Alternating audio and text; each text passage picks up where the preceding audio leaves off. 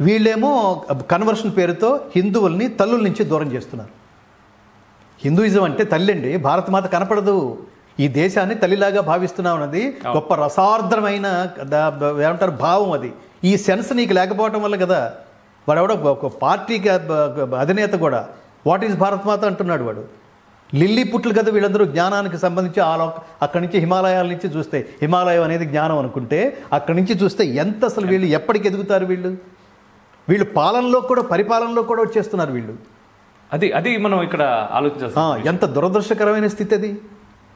రోజుకి నేను అందుకని అంటాను, హిందువులు దయచేసి హిందువులారా, రోజుకి 5 నిమిషాలు మీరు హిందువులని మీకు మెడిటేషన్ చేయండి, ఒకసారి ఆత్మావలోకనం చేసుకోండి.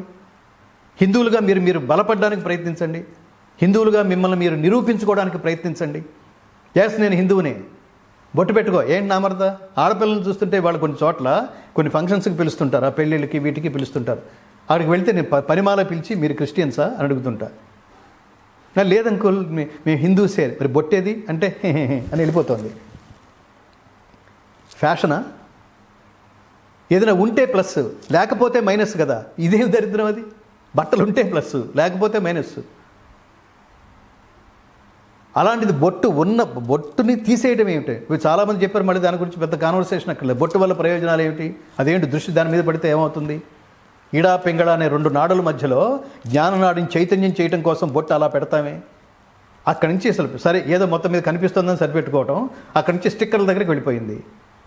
అది కూడా పోయింది. ఇప్పుడు దగ్గరికి వెళ్ళి చూస్తే ఇంకొంతమంది ఇందులో ఒక వర్గం తెలివి మీరిపోయి దగ్గరికి వెళ్తే తప్ప అది కనపడదనమాట. అదొక స్థితి. హిందూయిజంలోకి అసలు ఇతర ఇజాలు ఎలా వచ్చేసినాయంటే, మీరు అసలు గుడికి వెళితే, మన రోజుల్లో గుడికి వెళితే మనం నమస్కారం చేసేవాళ్ళం. తద్విద్ధి ప్రణిపాతేన పరిప్రశ్నేన సేవయ ఉపదేక్ష్యంతి తే జ్ఞానం జ్ఞానినస్తత్వదర్శన. గురువు దగ్గరికైనా దైవం దగ్గరికైనా వెళ్ళినప్పుడు అష్ట అంగ ప్రణామము, సాష్టాంగ ప్రణామం చేసేవాళ్ళం కదా. రెండు చేతులు జోడించి నమస్కారం చేయటం, ఇది కదా హిందూయిజం అంటే, ఇది కదా మన ధర్మంలో భాగం అంటే, మన ఆచారం అంటే ఇది కదా. ఇప్పుడు అసలు దేవుడి దగ్గరికి వెళ్ళినా ఇళ్ళని ముద్దు పెట్టుకుంటున్నారు ఏంటంటే, అసలు ఇదేమి నమస్కారం? ఎక్కడి నుంచి వచ్చింది ఈ సంస్కారం? ముద్దు పెట్టుకోవడం ఏమిట్రా పిచ్చ వెధవలారని. వాడికి నచ్చితే నిన్ను ముద్దు పెట్టుకోవాలి. ఈ ముద్దు పెట్టుకోవడం ఇట్లా అంటున్నారు. అది ఎక్కడి నుంచి వచ్చింది? అది భుజాలు తడుపుకోవటం ఏమిటి? అంటే తెలియకుండా క్రిస్టియానిటీ అసలు ఎంత లోపలికి వెళ్ళిపోయిందంటే, మీరు బర్త్డేలు చేసుకున్నా, పుట్టినరోజున మనకి ఆ బర్త్డే అనే పదం ఏమిటి? పుట్టినరోజు మనం చేసుకుంటే ముందు తల్లిదండ్రుల కాళ్ళకి నమస్కారం చేసి ఆ రోజు గుడికి వెళ్ళి, ఎందుకంటే ఏది మన చేతుల్లో లేదు. ఏది every next minute of your life is a bonus.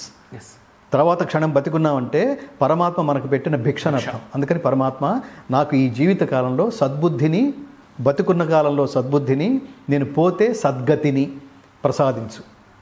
ఎందుకంటే ఏది నా చేతిలో లేదు. ఎవడు నన్ను మోసం చేస్తాడో తెలియదు. ఎవడొచ్చి నన్ను ఇంప్రెస్ చేస్తూ వాడి మార్గంలో తీసుకెళ్ళిపోయి నన్ను ఎట్టేస్తాడో తెలియదు. ఎప్పుడు ఏ నిర్ణయం తీసుకుంటామో తెలియదు.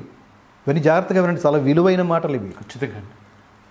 కొంతమంది నేను అసలు వాడు అలాంటి వాడు అనుకోలేదురా, ఆ విషయం నాకు 15వ సంవత్సరంలో కానీ తెలియలేదు, అప్పటికి వాడు మొత్తం నన్ను నాశనం చేసేశాడు. దీన్ని మోడస్ ఆపరాండి అంటారు.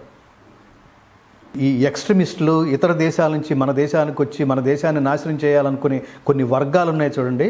వాళ్ళు గవర్నమెంట్ వ్యవస్థలోనూ, ప్రభుత్వ వ్యవస్థలోనూ, ఇతర వ్యవస్థలో బాగా పాతుకుపోయి ఉంటారు. వాడు నువ్వు తప్ప నాకు జీవితం లేదు అని వాడి మీద మనం పూర్తిగా ఆధారపడే స్థాయికి మనం తీసుకెళ్ళిపోతాడు. వాడి మోడస్ ఆపరాండి, వాడి ఆపరేషన్ ఏంటంటే 11 సంవత్సరాలు ఇలాగే నమ్మకంగా ఉంటాడు. 12వ సంవత్సరం జనవరిలో వేసేస్తాడు. ఈ గ్రూప్ అంతా అలాగే చేస్తుంది.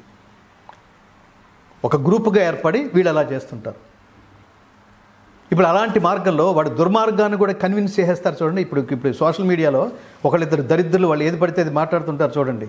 మన వాళ్ళ ఎంటర్టైన్మెంట్ కొద్దీ వాళ్ళని కూడా ఇంటర్వ్యూలు చేసి, ఎవరో ఒక అమ్మాయి, ఒక బూతులు మాట్లాడే ఒక అమ్మాయి, నా ఇష్టం అనుకుంటే ఏది పడితే మాట్లాడే ఒకడు, వాళ్ళ పేర్లు కూడా ఎందుకు అనవసరం. సో వీళ్ళు అలా మాట్లాడేస్తుంటారు చూడండి. అంటే దాని వాళ్ళకు కూడా ఫ్యాన్స్ ఉంటారు చూడండి. అది ఇంకో దారుణం. అదే దారుణం. అతను ఉన్నట్టు మాట్లాడుతున్నాడు కదా, ఈజ్ బోల్డ్. దానికి ఏం పేరు పెట్టారు తెలుసా?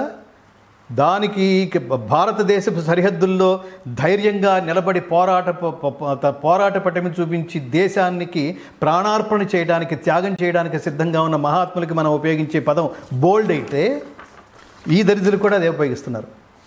ఆయన కరెక్ట్గా మాట్లాడుతున్నాడండి. అందరూ మనసులో ఉంటుంది కానీ ఆ మనసులో ఉన్నది ఇతను కరెక్ట్గా మాట్లాడుతూ బయటగా మాట్లాడేస్తున్నాడు. తప్పేంటిది? కొంతమంది చాలా గొప్పగా బిహేవ్ చేస్తారు, వీడు లోపల ఉన్నదే మాట్లాడుతున్నాడు. లోపలున్న దానికి లోపలున్న తప్పే, లోపలున్న తప్పే, కానీ లోపలున్న దానికి ఏదనుకుంటే అది బయటకు వచ్చి మాట్లాడేయడానికి తేడా లేదండి. ఈ సెన్స్ లేదా మీకు? అది ఎంతమందిని ప్రభావితం చేస్తుంది? ముఖ్యంగా మిమ్మల్ని నన్ను ప్రభావితం చేయకపోవచ్చు, కానీ మానసిక దుర్బలుల్ని ఖచ్చితంగా ప్రభావితం. మెంటల్లీ వీక్ ఉంటారు. వీడే కరెక్టరా, ఇది కరెక్టే, ఎందుకంటే నాకు బలహీనత ఉంది, ఈ బలహీనతనే వాడు సాటిస్ఫై చెప్తున్నాడు, ఓపెన్గా చెప్తున్నాడు. నేను వాడి దగ్గరికి వెళ్తాను. రాక్షసులకు ఫ్యాన్స్ ఉన్నట్టే. ఎంత దారుణం అది! ఈ శ్రేయాన్ స్వధర్మో విగుణ పరధర్మా స్వనుష్ఠితాత్ అంటే అర్థం. పరధర్మం అంటే నిన్ను ఆకర్షిస్తూ ఉంటుంది, అయితే అక్కడికి వెళ్ళాలా, వెళితే దాని ఉత్తర కాలంలో దాని ఫలితాలు ఏమిటి, ఇవన్నీ ఊహించకుండా కనుక ఆ మార్గంలోకి వెళ్తే నాశనం అయిపోతాం. అందుకని జాగ్రత్తగా నీ కర్మని ఎలా, భగవద్గీత చెప్తోంది 17వ అధ్యాయంలో, నీ కర్మ ఎలా చేయాలో చెప్తోంది. ఇందా చెప్పాను చూడండి, మీ ఆనందం ఈ సమయంలో నువ్వు అనుకున్న ఆనందం తర్వాత కాలంలో కూడా ఆనందం అనుకుంటే అది ఆనందం. ఆనందానికి ప్లాన్ చేయి.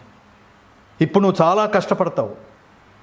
ఉత్తమ కర్మ అంటే, సాత్విక కర్మ అంటే ఇప్పుడు కష్టపడి తర్వాత కాలంలో దాని ఫలితాన్ని ఆనందించే, కష్టే ఫలి అంటున్నారు కదా మన వాళ్ళు. అవును. తర్వాత కాలంలో ఆ ఫలితాన్ని నువ్వు ఆనందించగలిగితే అది సత్కర్మ. ఇప్పుడు నువ్వు సుఖపడి తర్వాత కాలంలో నువ్వు బాధపడితే అది కర్మ కాదు, దాని జోలికి వెళ్ళొద్దు. ఇప్పుడు నువ్వు చేసే కర్మ నీకు ఉపయోగపడక, జనాలకి ఉపయోగపడక, లోకానికి ఉపయోగపడక అలాంటి వాళ్ళు ఉంటారు చూడండి. వీడు అశాంతిగా బ్లాక్ మనీ అని దానికోసం ప్లాన్ చేస్తూ ఉంటాడు, ఎక్కడెక్కడెక్కడెక్కడో నాశనం చేసేసి డబ్బులు గుంజేస్తుంటాడు. వీడికి సుఖంగా నిద్ర పట్టదు, ఎందుకంటే వీడికి అండర్ కరెంట్గా తిరుగుతూ ఉంటుంది. ఎక్కడో ఏదో టైంలో ఏసీబీకి మన పక్కనే ఉన్న వాళ్ళు ఇన్ఫర్మేషన్ అందజేయకపోతారా, ప్రతిరోజు టెన్షన్ పడుతూ ఉంటాడు. వీడికి సుఖం లేదు, తర్వాత వాడికి సుఖం లేదు. ఆ నయీం అనేవాడు చూడండి ఎటువంటి జాబ్ వచ్చాడు. ఎందుకు నేనేమంటానంటే, పాపం అంటే వీళ్ళ మీద మనకేం ద్వేషం కాదు, పాపం ఎవడి మోహంలో పడి, ఎవడి వల్లో పడి ఇట్లా వీళ్ళు ట్రాన్స్ఫార్మ్ అయ్యారు. ద్వేషాసులు కదా సార్, ఒక పాఠం నేర్చుకుంటారేమో అనే ఉద్దేశంతో చెప్పడం. జీవితకాలంలో వాళ్ళు పాఠం నేర్చుకోకుండా అంత దారుణమైన మరణాన్ని వాళ్ళు పొందారు అంటే జీవితకాలంలో ఎప్పుడు సుఖంగా ఉన్నారు? చుట్టూతో ఎంతమంది స్వార్థపరులు, ఒక్కొక్క దుర్మార్గులను తయారు చేస్తున్నారు. వ్యవస్థ ఎలా తయారైపోతుంది? మొన్న ఏదో ఒక సభలో మాట్లాడాను, ఉచితాలు, ఉచితం ఉచితం ఉచితం అంటే మానసిక బలహీనత. ఎగబడతాం మనం, గిఫ్ట్ అంటే ఎగబడతాం, న్యాచురల్ అది. ఎగబడతారు కాబట్టి వాడి మీద గిఫ్ట్లు ఎగరేయటం అంటే నీ ఆలోచన, నీ ఇదేమిటి, నీ స్వార్థం కోసం వాళ్ళు ఇంకా మానసిక దుర్బలను చేస్తావా?